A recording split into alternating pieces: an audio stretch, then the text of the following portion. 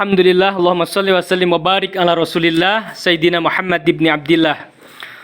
Sahabat-sahabatku, teman-temanku, dan saudara-saudaraku yang dirahmati oleh Allah Subhanahu wa taala.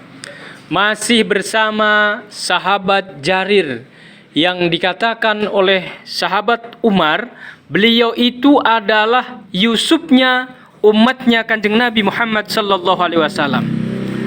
Jarir melewati hari-harinya dengan menemani Rasulullah sallallahu alaihi wasallam seperti seorang yang menjaga saudara perempuannya, begitu perhatian kepada Rasulullah sallallahu alaihi wasallam, dan ia tidak pernah berpisah sekejap pun dengan Rasulullah sallallahu alaihi wasallam, baik ketika beliau di rumahnya atau sedang bepergian, dengan tujuan mengambil petunjuk, ilmu, dan juga meneladani akhlaknya Rasulullah sallallahu alaihi wasallam yang mulia.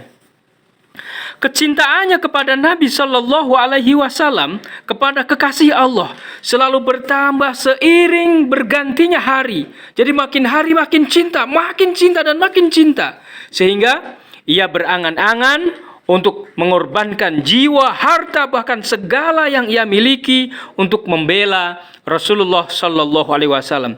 Dan pada hari wafatnya Rasulullah sallallahu alaihi wasallam meninggal dunia, maka dunia ini seakan-akan menjadi gelap gulita dalam pandangan sahabat Jarir yang mulia, dan bumi pun menjadi sempit baginya, padahal ia sangat luas.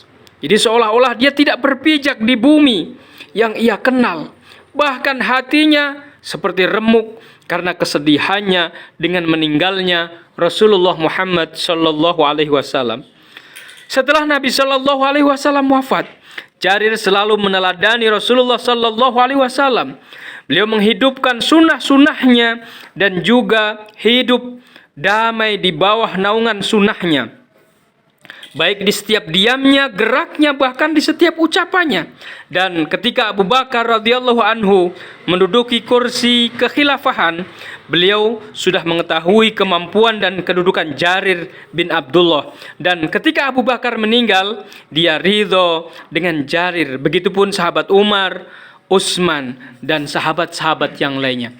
Baik, demikian sahabat-sahabatku, saudara-saudaraku, kita mendapatkan satu lagi contoh bagaimana seorang sahabat cintanya kepada Rasulullah makin hari makin bertambah dan makin bertambah. Bahkan beliau berangan-angan untuk bisa mengorbankan apapun yang beliau miliki, harta, bahkan jiwanya, demi untuk membela Rasulullah sallallahu alaihi wasallam.